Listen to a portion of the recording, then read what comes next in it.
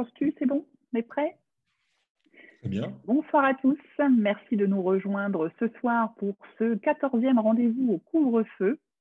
J'ai l'honneur ce soir de recevoir Jérôme Puissant que je vais laisser se présenter. Bonsoir à toutes et à tous. Écoutez, enchanté d'être avec vous virtuellement en cette période de Covid pour un petit échange avec vous. Je vais d'abord me présenter. Donc, Jérôme Puissant, je suis, on va dire plutôt, j'ai été DRH dans des grandes entreprises américaines et françaises pendant 25 ans à peu près. Et depuis plus de 4 ans, j'ai créé ma société de conseil avec un credo, et on le voit de plus en plus, c'est l'externalisation de la partie RH. Le credo étant le suivant, c'est que les PME en général ont assez peu de conseils ou d'expertise en interne et n'ont pas forcément les moyens de se payer un DRH à temps complet. Donc mon credo, c'est plutôt d'intervenir sur le long terme dans des entreprises qui ont un besoin ponctuel, mais pas forcément à temps plein, d'une expertise ressources humaines pour les accompagner dans leur stratégie et leur développement. Je fais ce travail depuis, donc, comme je le disais, un peu plus de 4 ans. En parallèle, j'ai une activité d'auditeur. J'étais certifié auditeur par Bureau Veritas pour mener des audits en égalité professionnelle et diversité. Donc, c'est un sujet qui me tient à cœur, mais je pense qu'il tient à cœur aux gens présents ce soir, sinon vous ne seriez pas là. Je voulais un petit peu désacraliser tout ce qu'on dit autour de la diversité et de l'inclusion, puisqu'on l'appelle diversité ou D&I en entreprise, c'est-à-dire diversité et inclusion. Vous donner peut-être un état de la diversité aujourd'hui, que ce qu'on entend par diversité, parce que c'est un mot très large.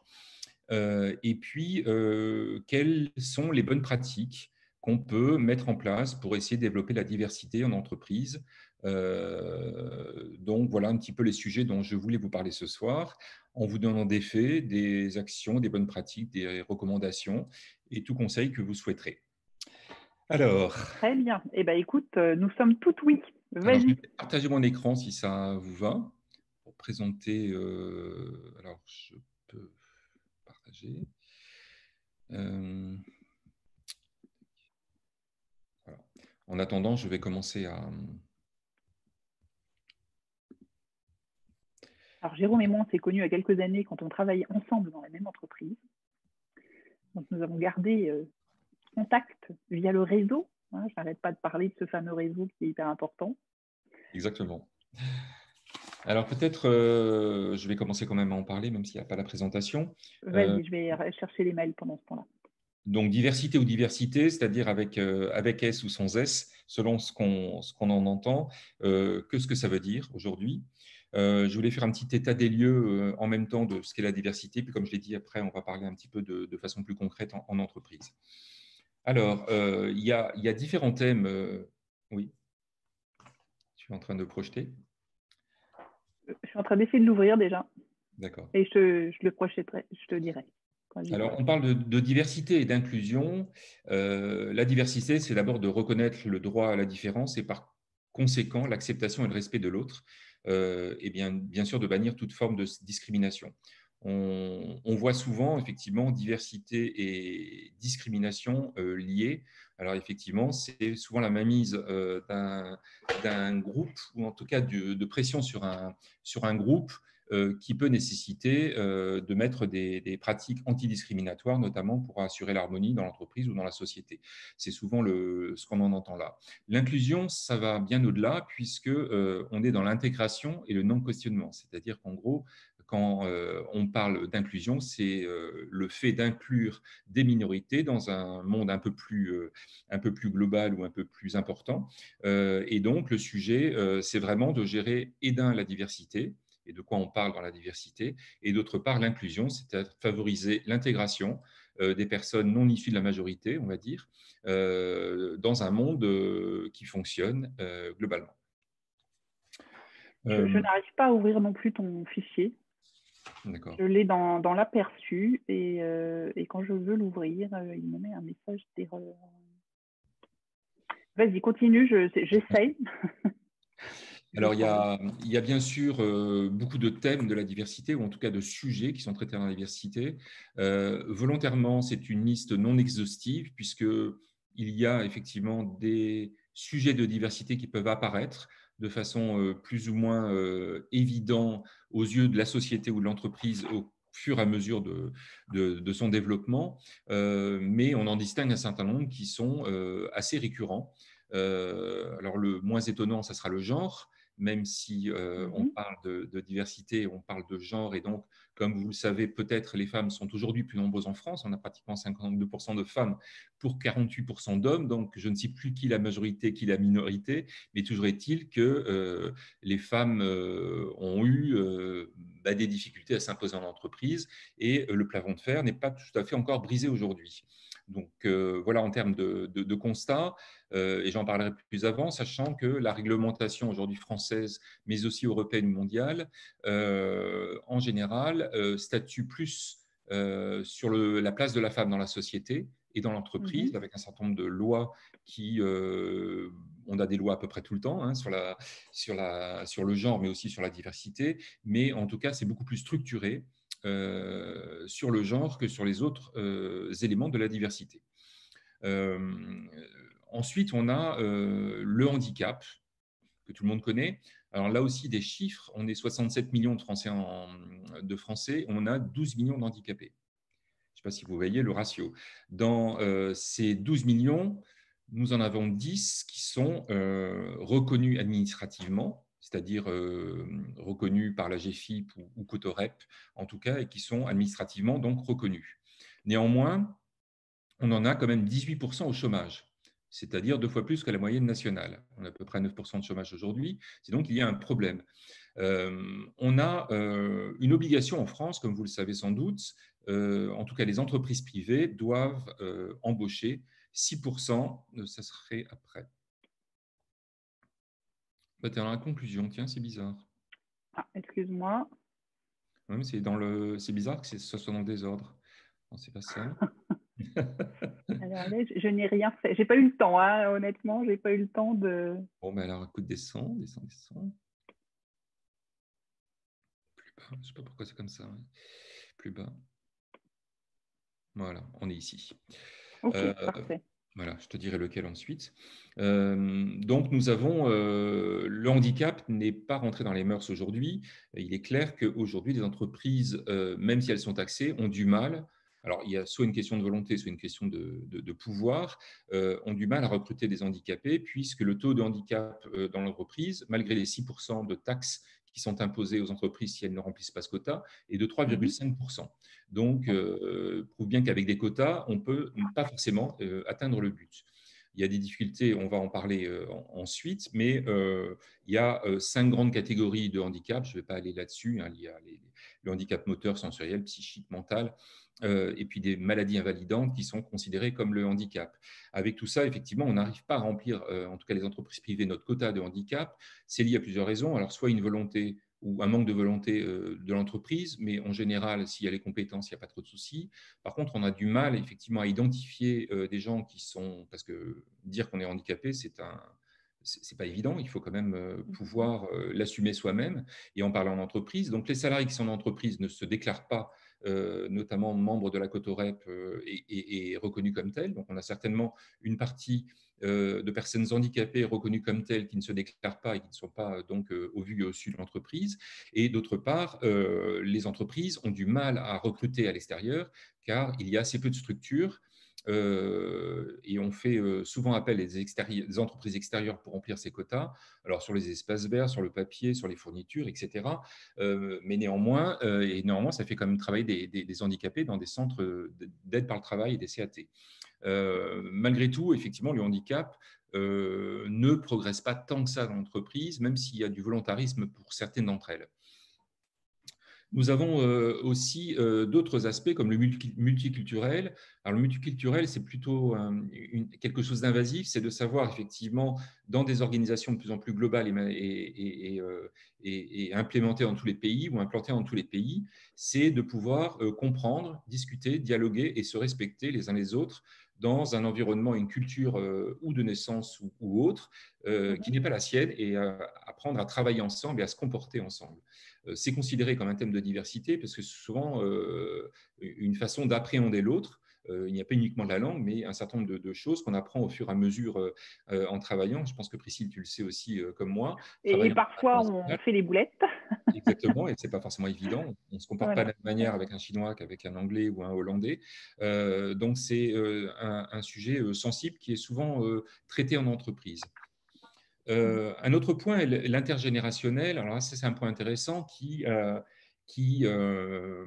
qui nous démontre que le taux d'activité globalement en France des salariés, enfin du monde du travail, pardon, on a à peu près 71-72% de personnes actives.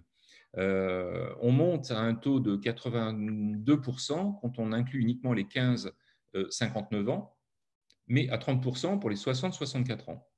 Mhm. Alors, l'intergénérationnel, c'est bien sûr le fait de travailler entre différentes générations, mais aussi c'est une option aussi pour les inclure en entreprise. Ça veut dire quoi? Ça veut dire que est-ce qu'on préfère se débarrasser, comme il se passe souvent, effectivement, des personnes au-delà de 45 ans parce que c'est un poids pour l'entreprise et c'est un thème financier. Néanmoins, il y a quand même une expertise, une passerelle qui peut être faite entre les jeunes et les générations plus anciennes dans un contexte, on va dire, d'entreprise où on élimine, on chasse les coûts, et ça, toutes les entreprises y passent d'une manière ou d'une autre, mais on a un phénomène ciseau. C'est que malgré tout, le taux, enfin, pardon, l'âge moyen des personnes plus âgées augmente.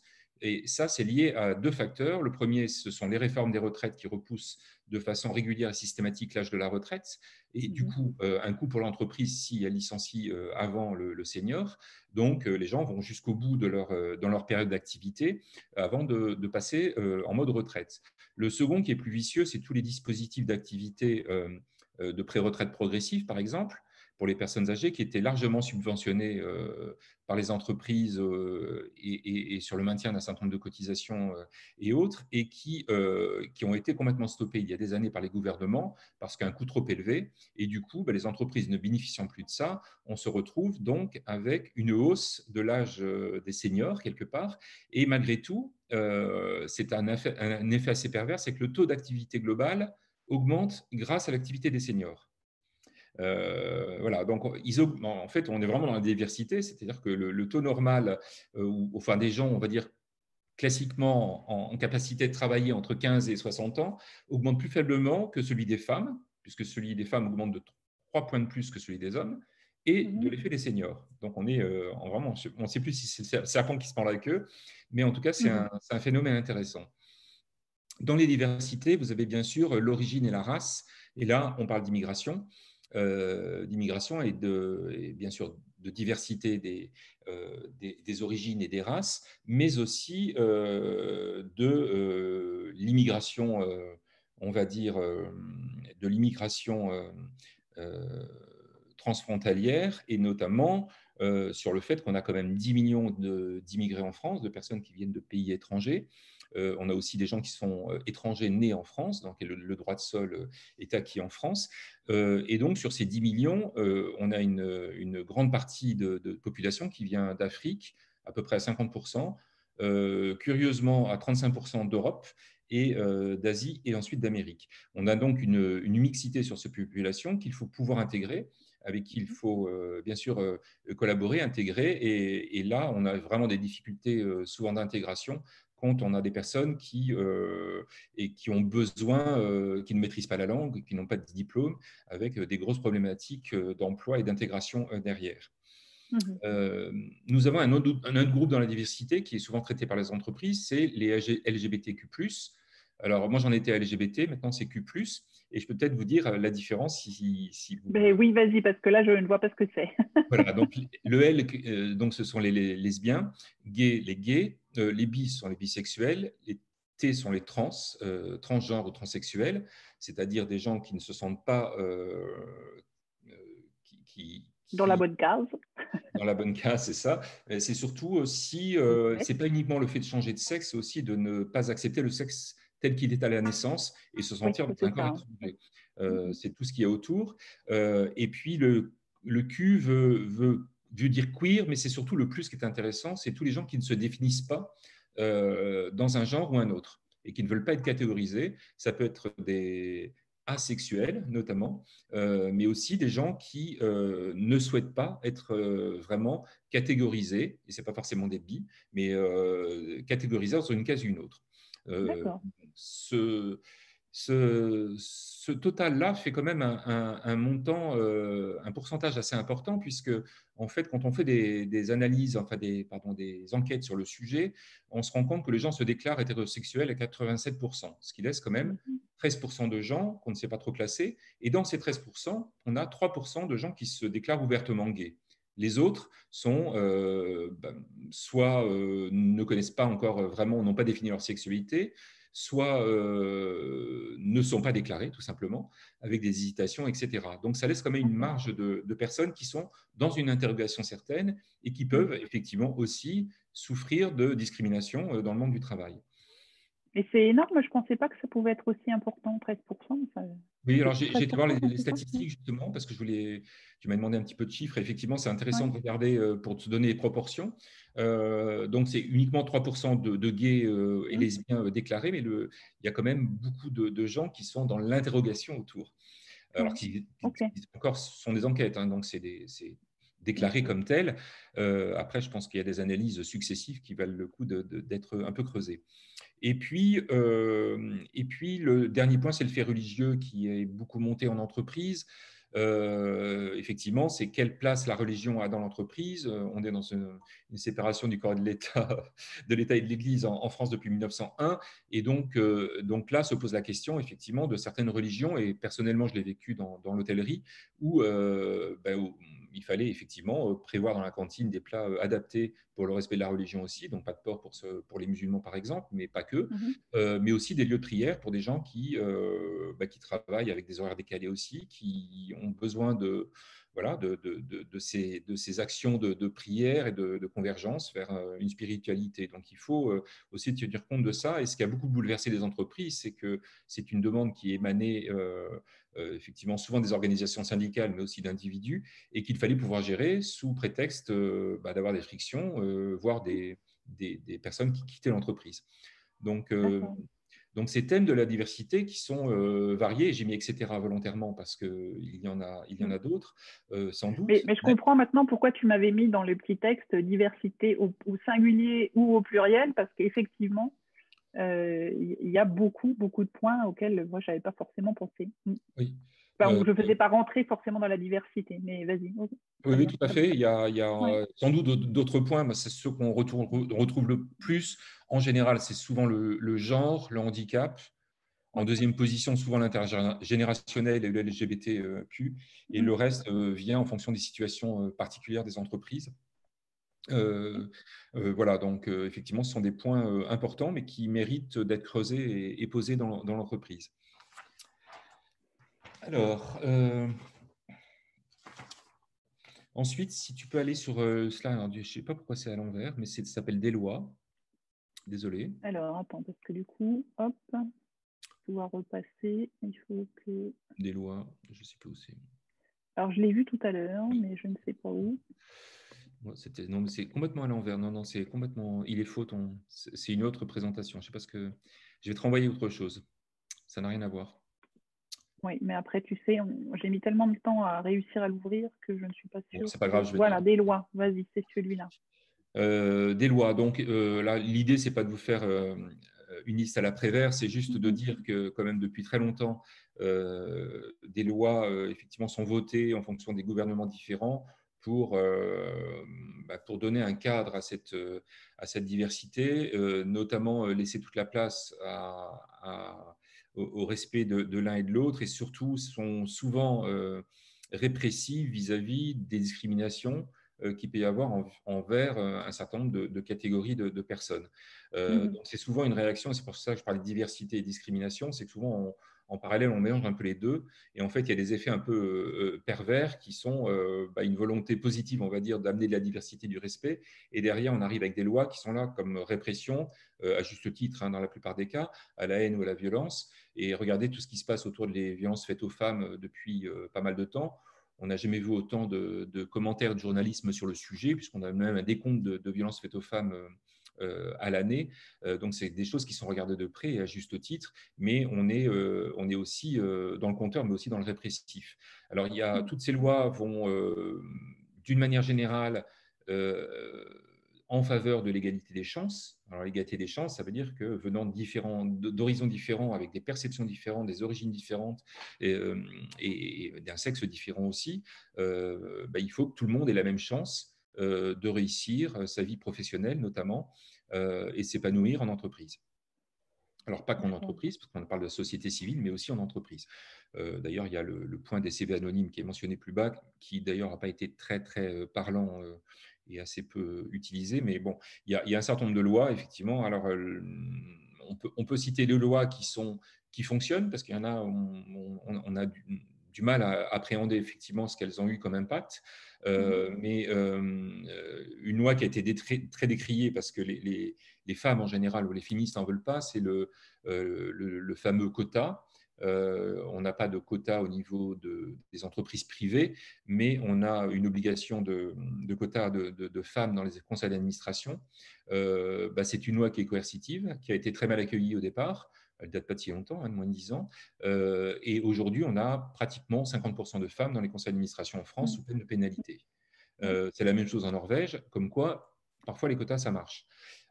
Mais par contre, alors si je peux faire juste une toute petite aparté, parce que la semaine dernière, justement, j'ai suivi tout un forum sur la diversité qui parlait de cette loi sur la mixité et la parité, on va dire, dans les conseils d'administration, expliquant qu'effectivement, en France, on était même plutôt en avant par rapport à d'autres pays dans le monde. Par contre, cette loi n'a pas permis de faire descendre cette parité dans d'autres niveaux de l'entreprise que les conseils d'administration. Il n'y a pas plus de femmes dans les COMEX, il n'y a pas plus de femmes dans l'encadrement des entreprises, il n'y a pas eu d'effet d'évangélisation, on va dire, dans les autres niveaux de l'entreprise en dessous. Je pense que c'était délicat pour les gouvernements d'obliger effectivement ces contraintes, donner ces contraintes au niveau des entreprises privées, sachant qu'il y a aussi une loi sur le nombre de femmes, de quotas de femmes dans la fonction publique depuis 2012 aussi.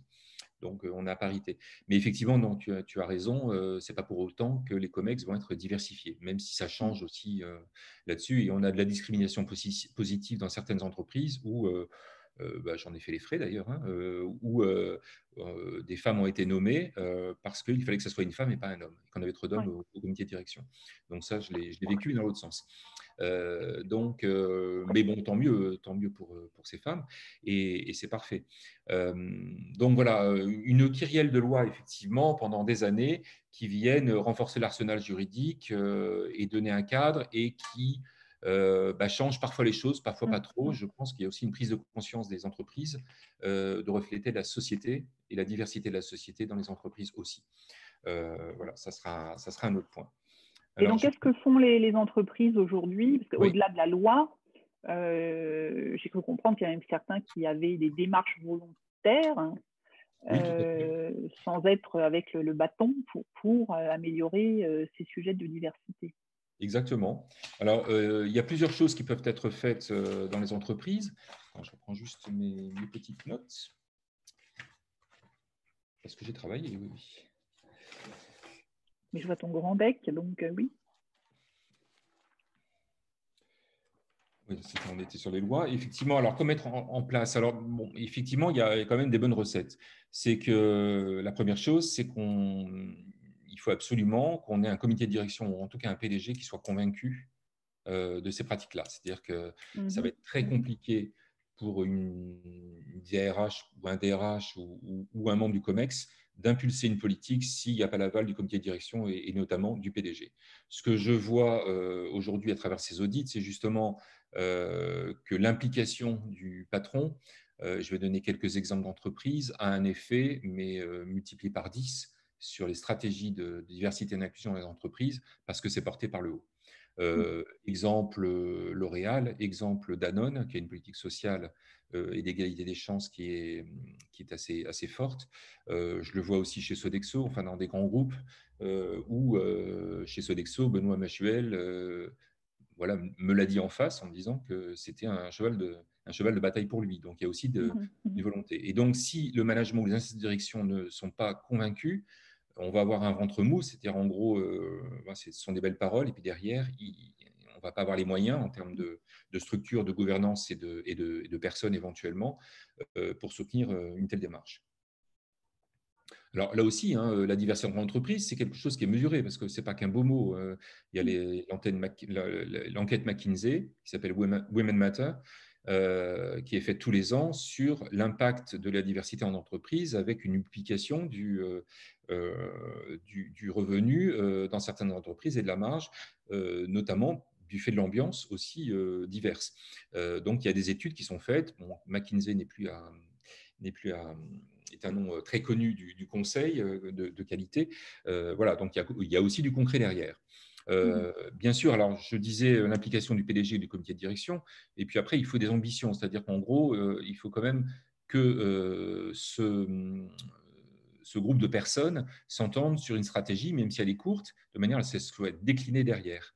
Donc décliner, ça veut dire quoi? C'est-à-dire qu'à partir du moment où on a un go et un cap, c'est un peu l'émission Vision Valeur, hein, mhm, Priscille, que tu connais aussi, c'est de créer une gouvernance. Une gouvernance, c'est comment cette stratégie va fonctionner, qui va la piloter, qui va donner les indicateurs, qui va les mesurer, etc.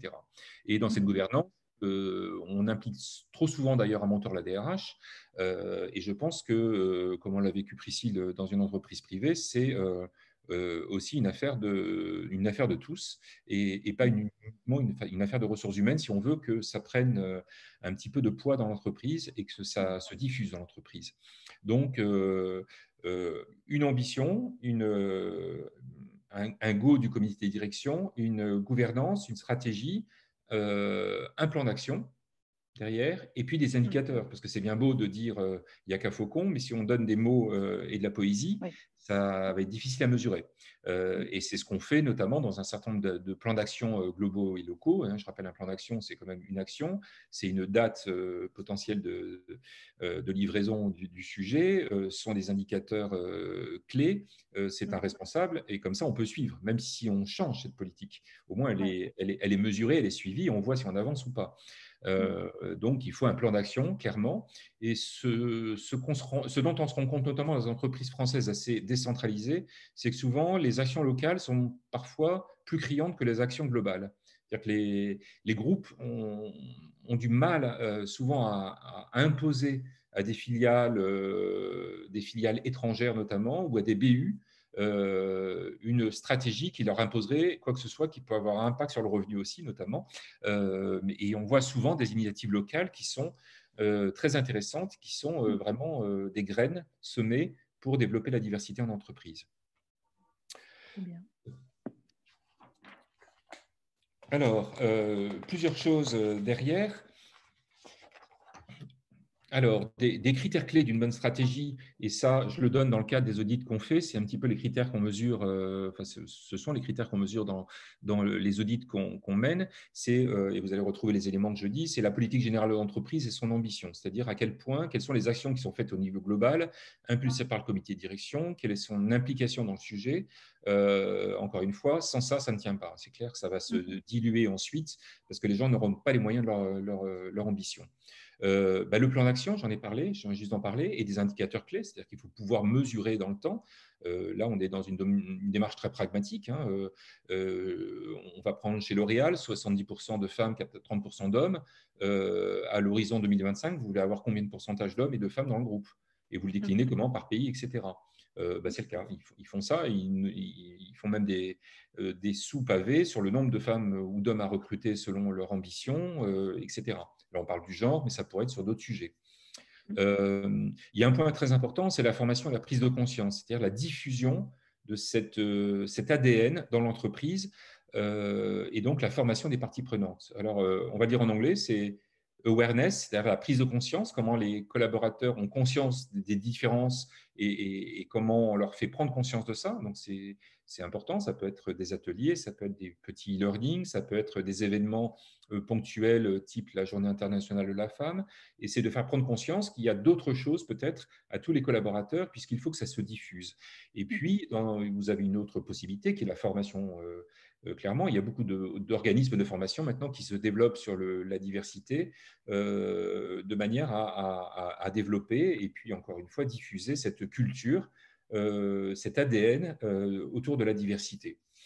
Un autre point est notamment sur la mixité dans le recrutement. Encore une fois, si vous voulez des ambitions chiffrées, et je reprends un exemple, 70% de femmes, 30% d'hommes, qu'est-ce que vous allez faire dans le futur pour que vos jeunes générations, vos jeunes talents qui arrivent, qu'on arrive à changer ce mix dans le futur. Si on ne peut pas le changer aujourd'hui, autant le changer pour demain. Et donc, par exemple, je peux donner des exemples. L'Oréal, par exemple, dans un univers de cosmétiques, recrute des stagiaires sur le côté société technologique. C'est-à-dire que c'est une société maintenant basée sur le web, le e-commerce, etc., le digital, et fait une prédominance du digital sur la partie cosmétique qui est, on va dire, plus féminin. Alors, on est sur des stéréotypes, mais c'est malgré tout encore le cas. Et donc, arrive à attirer des jeunes hommes, notamment chez L'Oréal, pour les faire grandir et les faire rester. Et c'est vrai que eux, c'est juste le problème inverse. Voilà, c'est ça. C'est Je ça. discutais cet après-midi avec une petite jeune femme qui travaille dans une start-up plutôt tech. Je lui expliquais mon projet professionnel qui était d'accompagner les femmes qui travaillaient plutôt dans des métiers masculins, enfin des domaines d'activité masculins. Et elle m'a dit, je comprends très très bien ce que vous me dites, parce qu'a priori, elle était la seule fille. Donc oui, effectivement, il y a encore du travail, surtout dans les techs. Alors, il y a les techs, il y a un constat qui était assez alarmant, c'est que vous avez plus de femmes diplômées aujourd'hui que d'hommes diplômés, hein. Les femmes réussissent mieux que les hommes. De manière générale, c'est un constat. Et ça, les chiffres parlent, notamment en termes de diplôme aussi.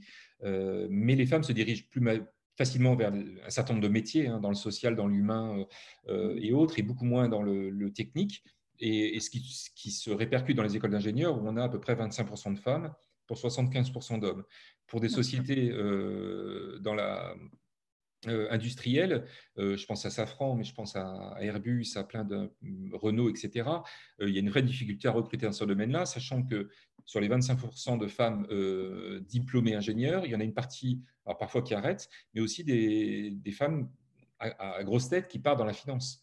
Notamment. Donc, c'est autant de pertes pour les métiers d'ingénieurs et autant d'hommes qui arrivent sur ces métiers-là et qui restent là. Donc, il y a beaucoup d'évolutions à faire dans la société pour Dès faire… l'école. Oui, tout à fait. Et puis, ce qu'on mesure aussi, c'est l'évolution professionnelle. Est-ce qu'il y a vraiment une égalité des chances là-dedans? Est-ce que les congés maternité sont gelés pendant que la personne est en maternité, par exemple? Est-ce que le plafond de verre existe? C'est que globalement, vous avez 70% de femmes en bas dans toute l'organisation, en moyenne. Dans les niveaux entrants, vous en avez 70% ou 60%. Et bizarrement, quand vous arrivez au niveau du management, il n'y en a plus que 50%, et au niveau du COMEX, 20%. Et donc là, c'est vraiment l'effet plafond de verre. Et qu'est-ce qui est fait là-dessus? Est-ce qu'on fait des plans de succession uniquement avec des femmes, ou est-ce qu'on s'assure que les plans de succession ont 50% d'hommes et 50% de femmes? Est-ce qu'on force un petit peu ces quotas-là pour faire changer les choses? Sinon, ça va prendre longtemps. Donc, tous ces aspects de promotion de développement personnel et professionnel est très important dans ces sujets-là pour la société de demain et l'entreprise de demain. Bon, après, il y a l'égalité salariale qui est devenue légiférée maintenant dans une grande partie des pays européens, comme vous le savez. Le premier boomerang, ça a été l'Angleterre, puisqu'ils ont l'obligation de diffuser la rémunération moyenne des hommes et des femmes, ce qui ne veut pas dire grand-chose à mon sens en moyenne, mais bon, voilà.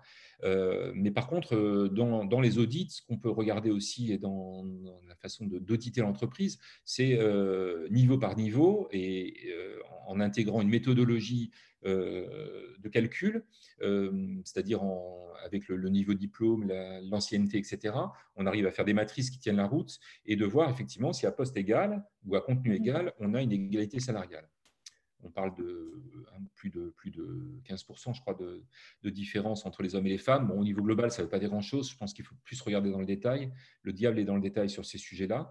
Alors, il y a la rémunération, mais il y a aussi les avantages sociaux derrière. Alors, je parlais par exemple de la retraite, mais aussi je parlais de la maternité, tout ce qui est les congés parentaux aujourd'hui, donc qui va changer encore un peu avec Macron, mais ça évolue doucement. Il faut savoir qu'en Suède, par exemple, vous avez un congé parental. Il n'y a pas de congé maternité en Suède. Mmh. C'est un congé parental. Et il y a obligation pour les hommes et les femmes de le prendre. Donc, vous êtes obligé de le prendre. C'est payé, je ne sais plus combien, mais c'est de façon vraiment incitative. Et il y a un niveau minimum de semaines pour la femme lié à son congé maternité et l'aspect, bien sûr, physique, physiologique qu'elle subit, enfin, qu'elle ne subit pas d'ailleurs, mais pendant la maternité. Mais en tout Mmh. cas, il y a une parité, en tout cas, dans la distribution du congé parental. D'accord. Il y a un point important aussi, c'est les mesures visant à concilier les temps de vie. On dit toujours que la femme elle a deux ou trois travails, hein. Elle fait à manger, elle s'occupe des enfants et en parallèle, elle fait son travail. Travail, voilà. Quand Voilà, elle n'a donc pas en plus à s'occuper de parents âgés, pas en très grande forme en plus. Ouais. exactement, oui. Donc, beaucoup de sujets. Et là-dessus, la femme est clairement désavantagée dans nos sociétés occidentales et encore plus latines, mais ça ne veut pas dire, hein. Je pense que dans les pays de l'Est, c'est un peu la même chose de ce que je vois. Donc, c'est comment on arrive à mettre des politiques, des pratiques ou des accords d'entreprise dans les sociétés qui permettent d'avoir un peu plus d'égalité dans ces temps-là, entre le temps professionnel, entre l'homme qui rentre à 20 heures parce qu'il a forcément beaucoup plus de travail et la femme qui est obligée de partir à 17 heures chercher les enfants à l'école, même si ça change, hein. On voit que dans les villes, ça change quand même pas mal. Il y a quand même pas mal de papas qui vont à la sortie de Mmh. l'école, etc. C'était beaucoup moins vrai il y a 30 ans, je pense. Mais en tout cas, il y a beaucoup de choses à faire sur ce sujet-là, de manière à harmoniser un peu plus les façons dont on travaille. Et puis, un point important, c'est ce que fait le groupe pour diffuser une culture commune et comment il diffuse cette culture commune. Et ça va passer par un certain nombre de choses, donc à commencer par des signatures de charte diversité, des accords d'entreprise, souvent obligatoires, mais avec les partenaires sociaux. Ça va passer par la politique RSE. Vous êtes obligé comme fait Danone, de publier un certain nombre d'indicateurs sociaux et environnementaux. Donc, ça peut participer de ça. Des politiques d'entreprise antidiscrimination ou autres. Toutes ces politiques-là, qui vont être souvent établies par le groupe et diffusées ensuite ou déclinées, peuvent avoir un impact important. Mmh. Je vais Mmh. donner un exemple. Par exemple, Schneider a une politique familiale minimum. C'est-à-dire qu'en gros, ils imposent à tous leurs pays, en partant de bas, bien sûr. Alors, les pays occidentaux sont bien plus favorisés parce que c'est dans les gènes, on va dire, chez nous depuis longtemps. Mais en tout cas, ça va faire monter de classe des pays qui sont peut-être moins développés et avec une politique très claire en termes de maternité, de décès invalidité, etc., qui permet de se projeter un petit peu sur des niveaux de meilleure intégration dans la société. D'accord. Et puis, n'oublions pas, en France, on a le dialogue social, donc ça, ce n'est pas forcément vrai pour tous les pays, mais les partenaires sociaux sont parfois, ou pas, hein, d'ailleurs, ça dépend, parce que ce sont été aussi les derniers à se réformer sur la parité, mais souvent peuvent être force de proposition et aider à mesurer ces éléments-là. Très bien. Eh bien, Oui, écoute, tu nous as fourni énormément d'éléments ce soir. C'est passionnant. Et alors, après, toi, il y a des certifications qui sont données, il y a oui, alors des bonnes pratiques, palmes. c'est ça. Oui, alors il y a des audits qui peuvent être faits, il y a des awards effectivement qui sont distribués sur plein de sujets.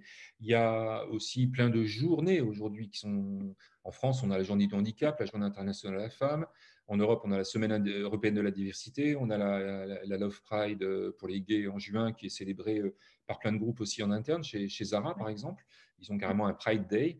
Donc, il y a plein de choses qui sont faites qui peuvent diffuser une culture ou en tout cas aider à une meilleure intégration, un meilleur respect, une meilleure connaissance de l'autre. D'accord, très bien. Mais c'est passionnant, dis-moi. Je vais arrêter de partager, je vais aller regarder si on a des petites questions. Je termine juste Parce par que une conclusion pendant ce Vas-y, que tu fais vas-y, ça. vas-y, vas-y, pendant que je vais regarder tout Je ça. vais écrire ma petite conclusion en disant la diversité prend sa place en entreprise car il s'agit d'une tendance de fond sociétale. Dans les entreprises qui vendent directement aux consommateurs, donc B2C, elles Mhm. n'ont pas de choix que de refléter la diversité de la société dans leurs produits ou services. Et du coup, obligé de s'adapter. Alors, c'est le cas de la mode, mais pas que. Mais ça peut être l'automobile aussi, où on est obligé de refléter un certain nombre de choses. Voilà. Et donc, s'adapter, c'est soit s'adapter, soit s'affaiblir, voire périr face au changement. Parce qu'on a des Mhm. changements sociétaux qui arrivent. Bah, les générations, les milléniaux, etc., c'est venu tard. On a parlé des baby boomers, etc. Il y a quand même des tendances de fond aussi là-dessus, sur le fait qu'ils Ouais. veulent plus d'équilibre vie privée, vie perso. Voilà, donc soit on peut l'être d'une manière passive, enfin, ou mettre en place une stratégie sans mettre de stratégie, mais d'une manière passive, c'est-à-dire avec la réglementation et les lois qui imposent, et voilà, donc le bâton, la carotte, hein, et soit une politique un peu plus active ou proactive sur le sujet qui permet d'appréhender les sujets de demain. Très bien. Eh bien, écoute, merci beaucoup. Est-ce que nos participantes ont des questions? On va laisser une petite seconde, voir J'ai parlé s'il y a plus que quelque chose prévu. qui… Ah, oui, oui, oui. Je suis passionné par le sujet et je le maîtrise Mais assez bien. ça se voit, donc, et c'est intéressant, donc je ne voulais surtout pas t'interrompre, parce qu'effectivement, moi j'ai en tout cas beaucoup appris, et j'imagine aussi que les personnes qui nous regardent et celles qui nous regarderont ensuite sur le replay vont apprendre énormément de choses sur cette partie de diversité et de ce qui peut être fait. Et voilà, donc vraiment, merci. Et je me rends compte que par rapport à la question qui était est-ce que c'est un mythe ou une réalité, je pense qu'on s'achemine quand même vers une réalité, en tout cas dans pas mal d'entreprises maintenant. Oui, les grands groupes tirent le lot. Effectivement, il y a des groupes très en avance sur le sujet comme Orange, mais qui a été obligé de se réformer suite à tous ces suicides qu'il y a eu à un moment et au harcèlement, et a été obligé de se Ouais. réinventer, et qui effectivement fait des choses formidables. Orange, L'Oréal, mais Zara, mais des petits groupes aussi. Il y a plein d'entreprises. Et pour tout ce qui est PME, du coup, il y a des contrôles qui sont faits, on les laisse se débrouiller, ils font comme ils peuvent, ou ils font des Euh, initiatives locales qui sont intéressantes aussi, ou… Il y a la réglementation. C'est vrai que dans les PME, avec moins de ressources, ils sont déjà submergés. Enfin, quand on voit les patrons d'entreprise qui sont pris par le quotidien et qui n'ont que deux bras, c'est très compliqué en termes de ressources. Et les sujets sont vastes. On a une réglementation très contraignante sur tous les aspects quand même en France. Ouais. Donc, c'est compliqué, je pense. Oui, on peut les accompagner. Après, il faut qu'il y ait encore une volonté aussi. Ce n'est pas forcément leur priorité tout le temps. Voilà. Oui, et puis après, ça dépend où on se trouve. Tu l'as dit tout à l'heure, dans certains secteurs d'activité, il est quand même particulièrement difficile de trouver des femmes parce que, voilà, à l'école, elles ne sont pas forcément formées pour. Et si tu te souviens bien, ça avait été l'objet d'un de nos ateliers il y a quelques années quand on travaillait ensemble dans un réseau féminin, où effectivement, le sujet, c'était de se dire, c'est bien de vouloir mettre des femmes partout, mais si elles n'ont pas été dans la bonne école, mine de rien, on serait bien obligé d'embaucher des hommes parce qu'il n'y a pas assez d'ingénieurs qui sont formés, notamment des ingénieurs. Et donc là, forcément, si on ne prend pas le sujet à la base depuis l'école tout petit en leur disant c'est pas parce que tu es une fille que tu dois être en rose et puis que tu feras un métier d'infirmière ou d'institutrice, ça ne changera pas tout de suite, quoi, hein. Déjà il faut quand même quelques années avant qu'ils arrivent, tous ces petits jeunes, tous ces petits enfants à l'école, enfin à l'école d'ingénieur, j'entends. Mais si en plus on recule à chaque fois le temps de s'y mettre, ça va pas aider. Oui, puis les stéréotypes sont bien ancrés. Oui, oui, oui. Et c'est vrai que moi, c'est un sujet aussi qui me tient beaucoup à cœur parce que, d'une part, je fais partie alors, je fais un petit peu je sais pas comment on appelle ça, du mentorat ou je sais pas quoi, dans une petite association. Enfin, je sais pas si c'est une association, ça s'appelle My Job Classes, où on peut un peu expliquer ce qu'on fait à des étudiants. Et donc, j'ai beaucoup en général de jeunes femmes qui me posent des questions et j'essaye de vendre mon métier, enfin, en tout cas mon secteur d'activité qui est quand même assez peu fourni en femmes, en tout cas du niveau de management. Et puis dans ma future life que je suis en train de préparer, ma future vie, c'est un sujet qui me tient à cœur puisque mon sujet, c'est vraiment d'accompagner les femmes qui sont dans des métiers d'hommes, entre guillemets. Parce que parfois, pour l'avoir vécu, on se sent un peu seul. Ouais, Et j'imagine. un peu d'accompagnement, ça peut aider, quoi, hein. Ça peut aider. Tout à fait, tout à fait. Voilà, voilà. Eh bien, écoute, merci mille fois. Maryse nous dit qu'elle avait beaucoup appris Oui, et j'ai vu puis ça. elle remercie. Eh bien, écoute, nous aussi, donc Maryse, on te remercie d'avoir été là. On te remercie. J'ai pas vu qui était par contre sur Facebook. J'ai vu qu'il y avait des petits chiffres, mais on voit pas les noms. Donc, du coup, merci aussi pour ceux qui nous ont suivis sur Merci. Facebook. On retrouve donc le replay tout de suite après. Il est dispo sur Facebook et puis il sera disponible demain sur YouTube. Voilà. Merci Et beaucoup je à vous. partagerai les liens. Merci mille fois, Jérôme. Merci à tous. Très bonne À soirée bientôt. et on se retrouve après-demain pour à l'avant-dernier rendez-vous au couvre-feu. Bonne soirée à tous. Bonne Au soirée. revoir. Au revoir.